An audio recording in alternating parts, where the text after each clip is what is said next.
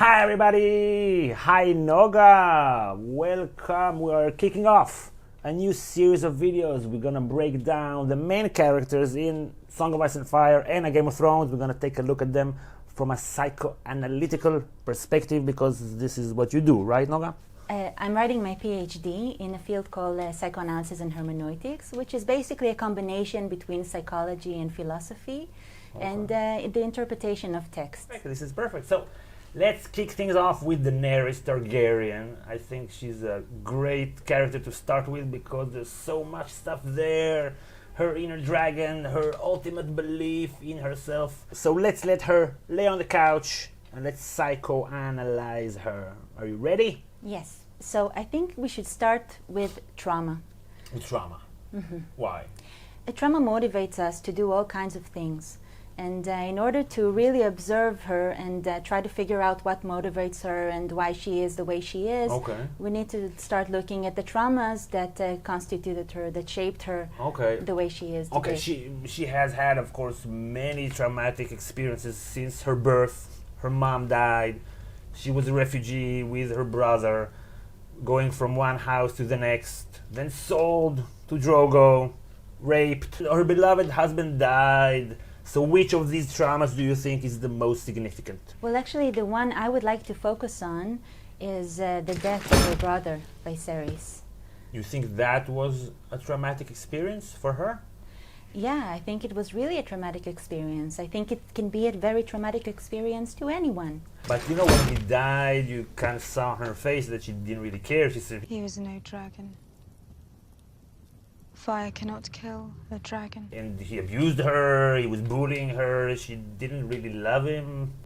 You would think that someone who is in that situation would be horrified, should be mortified, should be, disintegrated in a certain sense. Even though he abused her? He was her abuser, but he was also her savior in a way, because he was the only secure base that she ever knew.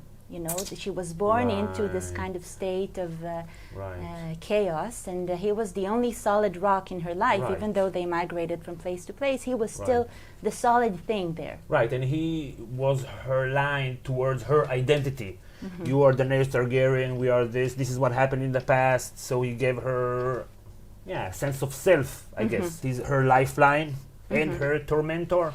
I mean, there's kind of a mixed message here, saying that I am strong and you are weak. Viserys, I am strong, and Daenerys, you are weak. Yes, exactly. And therefore you need me, even though I'm abusing you. So you need something which is bad for you, but is also good. I mean, there are many benefits in being very close with the strongest one. Right. He may abuse me, but he will protect me from the rest of the world. Everyone is motivated by trauma in a way. I mean, we all encounter different kinds of traumas in our lives, not only the characters on Game of Thrones. I mean, many of us have been bullied, in the past. I was never bullied. Okay. So try to imagine a child like Daenerys, cut off from her heritage and from her family. I mean, he gives her a sense of continuity, not only to her everyday life, but also to the life before, the life that she didn't have a chance to get to know. Her whole narrative of her life is told by him. And that's also something that he does in a way. I mean, he controls everything that has to do with the narrative of her life. Basically, he cuts her off from everything. He tells her, even in an unconscious way, I'm the world for you. I mean, you have no world without me, you have no life, no existence without me. And then he berates her for her dependency and for being weak and supposedly weak and, not being able to take care of herself. And if he says that, then he must be right. He's strong, he knows everything, and she should cling to him.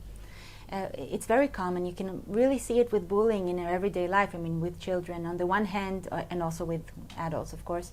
On the one hand, you suffer from the abuse. On the other hand... But I was never bullied. Okay. Sorry. Okay. So what happened after that is that when he sold her to Drogo and the Dothraki, he couldn't control her anymore. He couldn't cut her off from her surroundings. He became the outsider. She knew the language. She started to know the customs. She was dressing like a Dothraki, and he was like a first-generation immigrant. It's a gift. I had it made for you. Dothraki rags. You're going to dress me now? Please. This stinks of manure. All of it. Stop. Stop You would it. turn me into one of them, wouldn't you? Next, I'll want to braid my hair. You've no right to a braid. You've won no victories yet. You do not talk back to me. Like an old dad, what is this culture? No, you should keep to our old culture. He didn't know anything, so he became weak and she became strong. That's an interesting dynamic over there. Like she had this kind of shift. She dislocated something from one place she knew to another person. Right. She transferred it. Right. And From Viserys to Drogon. Exactly. To Drogo, another tormentor, aggressor. Yeah. Yeah, that she clung to. Okay. And then she fell in love with him afterwards. Yeah, she fell in love with him. Maybe also she fell in love with that kind of, aggressiveness because it resonated with her need for someone who is strong and, who can control his surrounding, and she will feel safe next to him. And in a way, she felt safe to confront her older abuser, her brother. Right. She stood on her own, not because she really stood on her own at that point, but because she had someone else who is strong that can protect her. I am the wife of the great Khal, and I carry his son inside me. The next time you raise a hand to me will be the last time you have hands.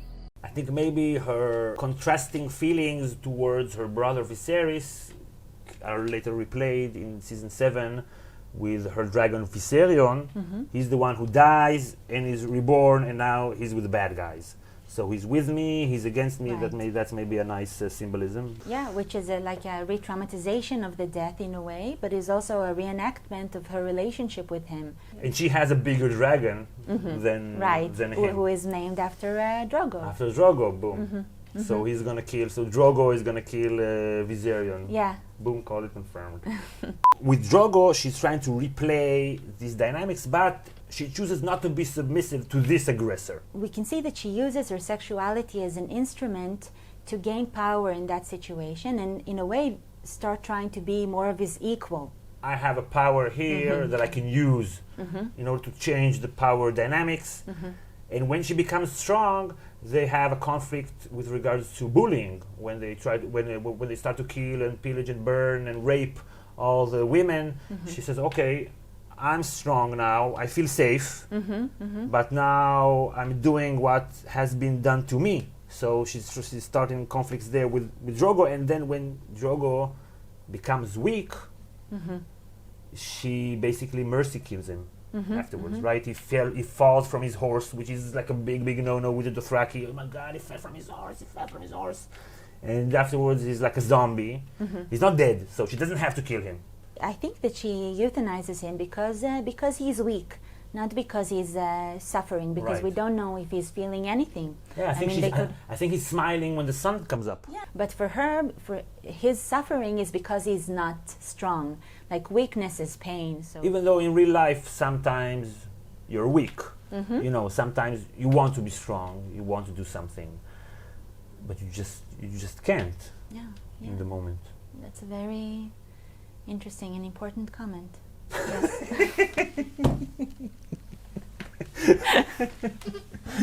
So basically, you're saying that the death of her brother was the first domino to fall. Then she realized he wasn't the dragon. I am the dragon. And then the second domino is Drogo. And when he dies, she goes into the flames and she is reborn as a mother of dragons. And the moment she becomes strong, we can immediately see her using her strength, saying, I am the dragon's daughter, and I swear to you that those who would harm you will die screaming. to her people. She barely knows them. She goes to Karth. She needs their help, but she can't help it but be kind of aggressive in the way that she asks for help. So again, is she weak? Is she strong? She doesn't really maybe know how to use her strength. 13. When my dragons are grown, we will take back what was stolen from me and destroy those who have wronged me. We will lay waste to armies and burn cities to the ground. Turn us away, and we will burn you first. It's not only that she's aggressive in that sense, she comes with like a sense of entitlement.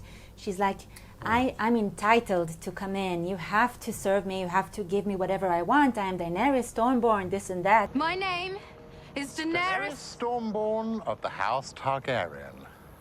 I am not a liar. Oh, I don't think you are. But as I've never met you before, my opinion on the matter is of limited value. Where I come from, guests are treated with respect, not insulted at the gates. Then perhaps you should return to where you come from. As if that means, the same to everyone, as if everyone is, equally impressed by it as she is. This kind of sense of entitlement is something that she actually grew up with as someone who, on one hand, has a lot of privileges. She was born, she knows that she's a princess, Right. and she's this and that. She was never hungry. She was never hungry. She always had, when people who were, impressed by her Targaryenism met her, they were like, Right. wow, I mean. Right. So on the one hand, she had all these kind of Okay. privileges, but she didn't have power. She didn't have actual political power. And, Okay. And when she gets the privilege and the power together, yeah. she becomes a little yeah. bit mother of dragony. Yeah, exactly. It's like there's a constant frustration for people that have privileges but don't have power, because their privileges make them think that they're entitled to power. They're entitled to admiration and respect and, Right. the Right. privileges, Right. like really using them in real life. And if it's not there, then you took something from them that Exactly. was theirs to begin with. Exactly. In the United States, for example, there's the whole concept of affirmative action, which Right. is meant to help minorities gain actually political and social power. So one of the reactions to that, white men who are basically, the privileged, right. claiming or thinking that black women took their jobs, the concept of them thinking that it's their jobs, Who made it your job? It's a job. I mean, people who are qualified for it can occupy it, but not you, because you deserve it because you were born Right. that way. So Right. So when you feel privileged and you don't have any power to show for it, then you lash out. you're enraged. Everything is against you. People are taking things from you. Damn it, they took our jam! They took our jam! They took our jam! Daenerys being exiled and being having lost something that she never really had to begin with, right? Like she says, I was born to rule the Seven Kingdoms. And I will. I have never been to Westeros. She doesn't know anything about Westeros. This is like the basis for privilege. This is mine because. That's it. End of sentence. Exactly. She's a slave princess. We can Right. see that from the very beginning. She's a child woman. Of all the contrasts over there, she's a mother of dragons. Dragons, we are told, are weapons of mass destruction. They do not build anything, they just destroy. A mother builds a new life, but the life that she builds is basically death. A mother in the Jungian archetype it refers to something which is both destruction and construction. I mean, something which can give life, but it can also take. No, a mother always gives and is very good. Yeah, of course. Well, the baby is very helpless in her arms. I mean, mothers have a lot of power, psychological and also physical power over her babies. I mean, they can really... You know what? Okay, let's talk about something else. You want to talk about something else? I had something I wanted to say. Okay, are you interested? Yes, I am very interested. Go on. I'd like to go back for a moment to that same incident when Viserys died in front of Daenerys' eyes. You also mentioned that her expression was very blank, and it's as if she didn't care. I mean, there was no emotion Right. there. But, when a person responds like that, in a way that is really not what you would expect, you would expect her to be, really upset. Right. I mean, Even a would little, have even if likely- she hates him. Exactly. It's something horrible to see. Yes. Okay, so what does that tell you about what she felt in the moment? So it tells me that she had some kind of dissociation between her emotion and her affect. I mean, the way that emotion was expressed. And maybe it's because She's suppressing something? she's dissociating. It's something different. It's like suppression is like when you push something out of consciousness. Okay. And dissociation is You when unplug it? Yeah, exactly. You unplug it. You disconnect it. Yeah, it's like it's something that you put aside. You can't handle it because it's too difficult. It's too overwhelming. So you cut it off from your consciousness in a way, and you put it aside. I mean, cutting off her emotion. She even says he wasn't a real dragon. So she's distancing herself from him. He's not me. He's not related. He's not really a dragon. Yeah, exactly. It's as if she's denying her vulnerability, denying the fact that she even cares, that it hurts her, that she's in pain. Right. So it's a coping mechanism. Exactly. And dissociation is a coping mechanism. That's true. It's a defense mechanism. Yeah. Yes, that's very good. That's very good. Yes. It's like emotions can't reside together under the same roof because it's too overwhelming. So you have one emotion there, you have one characteristic there. It's different with everyone, but one And of with Daenerys. she has a kind of self-state which wasn't there before, and it's a Right. very like a very assertive, very like a very strong self-state that wasn't there. Right. I mean, At the beginning, not at all. yeah, not at all. It's as if something inside her said, "You're now alone in the world. You have to, in a way, start looking out for yourself. You have to, in a way, identify with your aggressor, in the sense that he was not a dragon, but I am a dragon." So when she became the strong person, she tried to use that in order to help the weak, right? She became the breaker of chain. She was a bully towards all those slave cities, but for the greater good. Sit.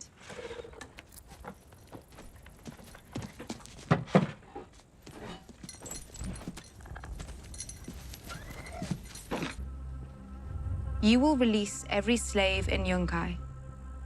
Every man, woman, and child shall be given as much food, clothing, and property as they can carry as payment for their years of servitude. Reject this gift, and I shall show you no mercy. Perhaps we'll make a slave of you as well.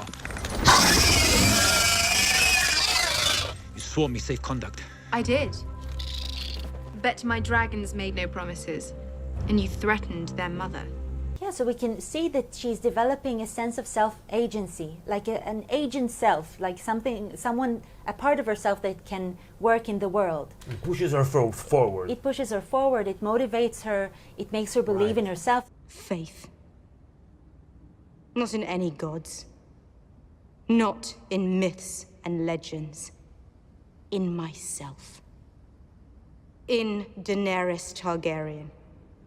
As if you have to believe in someone, right? She believed in Viserys, she believed in Drogo. Right. Now they're both dead, she needs to believe in herself. Like in a way, she's referring to herself also as a different entity in a way, Right, I am the mother of dragons. I am Exactly. this. Right. Yes. The dragons are getting stronger, so that's symbolic, and they burn and destroy. I think that will win out in the end, and she will just go out in flames in some way or another. It doesn't have to be that way because we can also see that she's done a lot of good. In a sense, we can see that it's a double-edged sword because she wants to free the slaves. Right. She wants to abolish slavery. Right. But Right. like they said, the writing was on the wall, Misa is a master. The fact that she holds the dragons, it's as if her power she's Right. invincible. Right. So she's like the mega master. I mean, she's the master of all masters because no master can also master her. In a way, the dragon is like the ultimate social power because it's also, like even if you look at its shape, it's like a fire ejaculating phallus, It's like... קצת מוגזם. Okay.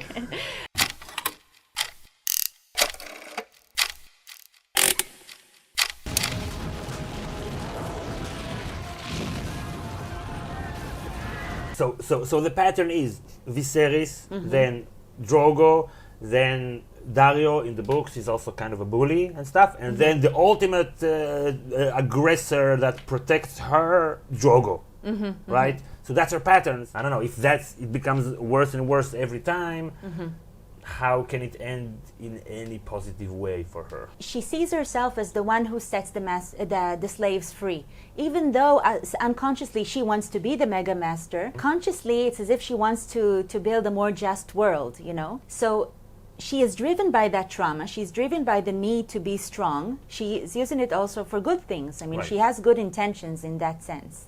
Right. If you look at activists, people who try to change the world, most of the time we can see that they're motivated by some kind of a traumatic event. We don't want to overanalyze it. Sometimes when we do that, it kind of takes the edge off things. I mean, people don't want to do the things that they used to want to do. They're like, It takes away the self-agency? Yeah, it takes away, even the motivation to be self-agent, because, I mean, you can be a self-agent, but you don't have to change, you don't have to change the world, you just have to change yourself. I mean, that's one of the greatest criticisms on psychotherapy in general, that people are sometimes demanded to change themselves when the circumstances in the world can be changed, Okay, so if you were to talk to Daenerys, yes, how would you help her reenact her whole thing in a more healthy and positive and productive way for her emotional well-being? She doesn't know how to be both, she's either or. You have to be either weak or strong. If someone else is strong, then you're weak. If you're strong, then someone else. Right, I'm winning, I'm losing. Exactly. Whatever, It's a very dichotomous way of thinking. It's a very binary way of thinking. And what we want to do is help her understand that in the world, life is not really just either or. It can be both and. I mean, people can be weak and strong. You can be weak in certain circumstances in your life, with certain people. You can be vulnerable and get in touch with the traumas and the pain that you have endured through your lifetime. Do you need some water, maybe? Is it okay? Okay. But also you can be strong when you're needed to be strong. And the fact that she doesn't know that, I mean, she's really influenced by people, telling her you should be a dragon, you should be better, you should be this, you should be that, because she doesn't have that inner core yet. She doesn't have the both and ability yet. If she were to come to me, to lie on the couch, then I would try in a way to have her believe that she can be both and. I would validate her strength. I would validate the fact that she is strong. She can do things in the world. I mean, look what you did. Yeah, look what you did. And also, you deserve not to be hurt, You deserve to be safe. And you don't have to prove yourself constantly.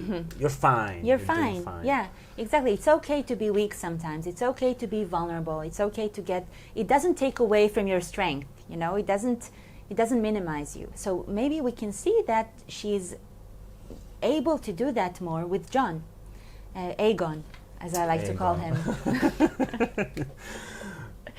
So. Right, because John, he's both strong, but he's not a bully. He's a different kind of strong. He's like the strong, silent type. He can take her being strong, but he still has the Targaryen part, right, the fire, but he also has the ice. Maybe at first she had a crush or something on his Targaryen fire side, but what made her fall in love with him was the ice part. So maybe that's why he's like the perfect companion for her. Like, he respects her. And the sex scene at the end of the last episode, I mean, we can see that it was very soft. It was very vulnerable in the sense that she also allowed him to be on top. She, took the missionary position, which in that I think, symbolic language means that she's able to receive in that sense. Oftentimes through romantic relationships or with very close relationships, such in therapy or friendship or you can mend some of the past injuries, in that sense. So maybe through that relationship she will be able to be both and. And basically you can see that... Okay, that's good. Yeah, it was great. Our time is up, but we can definitely, continue from the same point next time. Okay. So thank you for watching. We'll do some more videos about other characters, and if you want to support us on Patreon and also get access to a whole lot of extra videos, right? Yeah. Right? Okay. So go to gotacademy.com or patreon.com/gotacademy. So, thank you, Noga. That was a lot of fun. Yeah, it was. Thank you very much for having me here. Yeah, my pleasure, our pleasure. Okay, so show her some love. We'll see you all next time. Bye, everybody. Bye. Okay. מעולה. לא, זה אחד. זה אחד. יש עוד מלא. לא, אחרים יהיו קצרים יותר.